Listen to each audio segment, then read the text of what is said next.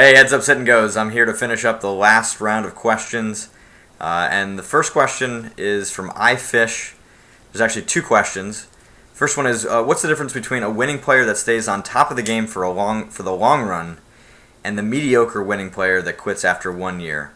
What is one understanding or doing better than the other? I took a few notes here. The first one is that they have a real passion for poker. I think it's easy to burn out putting in the kind of intensity that's necessary to become a winning poker player. And if you don't have that real love for the game, some people do it because they make good money from it, and there are others who do it because they make good money and they love it and they just love everything about the game. And it's much easier to stick in something that you love to do. As simple as that. The next is they have fewer mental game leaks, bar none. Bottom line. They have fewer things that are taking them away from being at their best. And a lot of times, if you're a winning player for 1 year, there are things that can change and evolve as your game continues to grow, just as it does tactically. And mentally, the same thing can happen. And if you're not taking care of the mental game leaks that take you out of your best, it can kind of wear on you and make it much easier to quit. Not only because you're not enjoying it as much, but also because your win rate or ROI significantly decreases. The other one is long-term goals. It's easy to kind of know what you want. It becomes a lot harder to know what you want after you've accomplished something. So if your goal was to make decent money, after about a year you've done that, now what? If your mind has not sort of set the next target, you may lose a lot of motivation for wanting to continue. Whereas the longer-term players really have a much longer-term vision for what they're trying to accomplish in the game. And I think there's a constant desire to improve, which is essential. I mean, if you're not constantly improving, then the game is going to pass you by, and you may be a mediocre winning player for a year, and then turn into a break-even and then eventually losing player if you're not constantly improving. So I think those are the biggest factors that I would say that differentiate those two groups.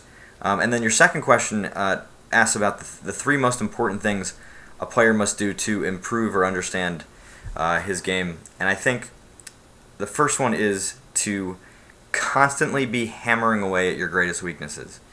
If you are not prepared every single time you show up to play poker to improve on your C game or whatever you define as being your biggest mistakes, then you are missing out on an opportunity to improve in a way that most people don't see as improvement, right? Because if you correct your greatest weaknesses to the level of unconscious competence, your game takes a step forward from the back. In essence, you suck less, and what that does is it increases your upside, gives you the ability to actually become better on the front end, basically your A game getting better. Which kind of brings me to the second point, which is preparation and evaluation. Very, very important, because you need to be ready, because every single day you play, there's an opportunity for you to run bad, or there's an opportunity for you to run well, or to be in some bigger games or some bigger spots where you might tend to make those types of C game mistakes. If you're not prepared to do that, if you're not prepared to improve and play better that day, then the odds are that you won't. And so the preparation really becomes critical, because you're trying to make it more likely for you to improve, more likely for you to play better. And then the second part of that is evaluating. Playing poker is like taking a test.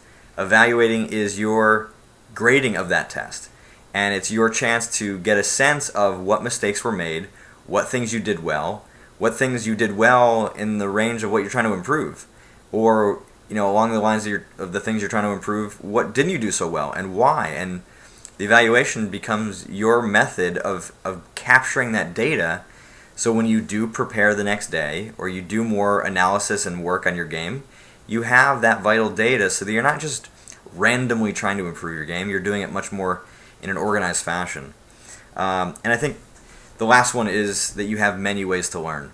Watch videos from Heads Up Sit and Goes, post on forums, get a coach, talk with other players. The things that the elite players are doing is that they're constantly talking about hands. They're constantly talking about poker. And doing that one way, or learning in one way, I think it makes your game much more susceptible, makes it much easier for you to learn it. Being able to improve is a lot easier when you're essentially learning in a lot of different ways. So hopefully that helps, and post any questions if you have any further follow-ups.